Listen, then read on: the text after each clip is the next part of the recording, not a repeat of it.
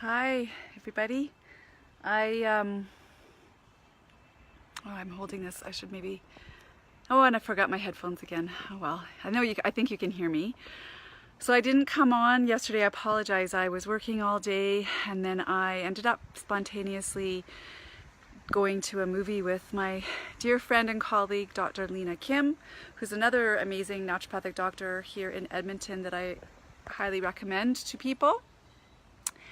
And today, and I was gonna go to the lake. We have a cabin at Sylvan Lake, and I decided not to go because I'm actually working on finishing my clinician's course for mental health.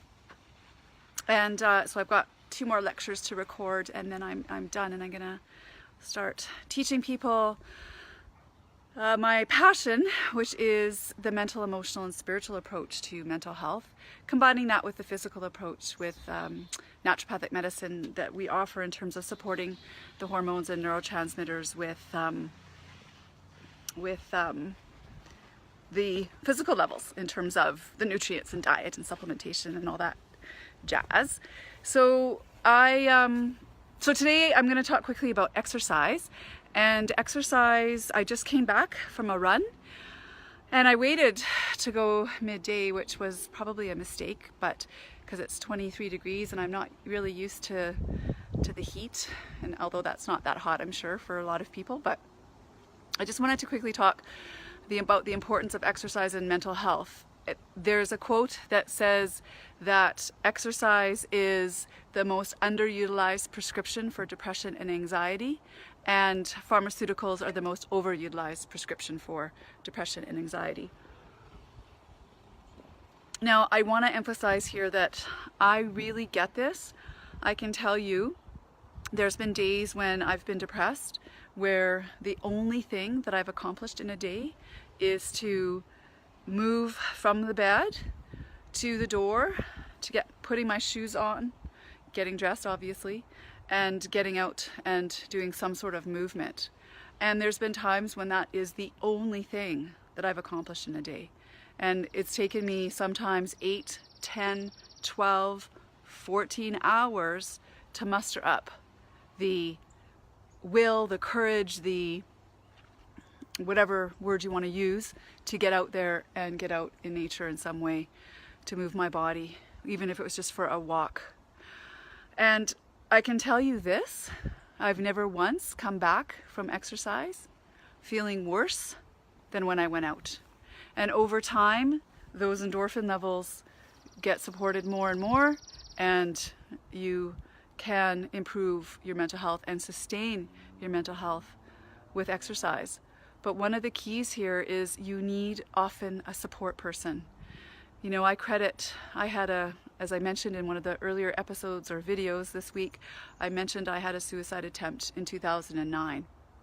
And it was in June 2009, and it was playing tennis with my friend Jen, who I credit her and us playing tennis together to my recovery from that particular depression.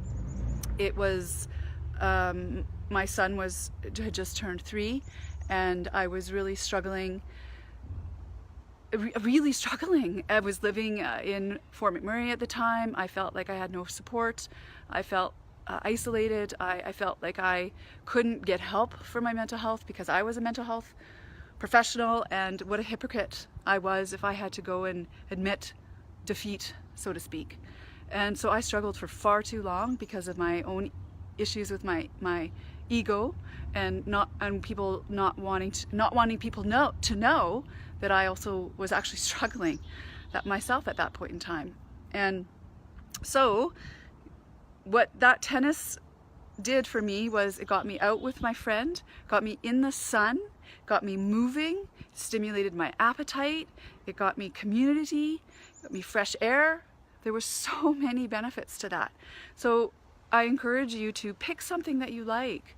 I've always been a very yang exerciser, in the sense that I've always used things like running and basketball and biking and triathlons and more sort of high energy sports than things like yoga and Tai Chi and Qigong, which I think are also really important as well. So there's so many things out there: mountain biking, hiking, swimming, just to name a few. So pick something and just get out there.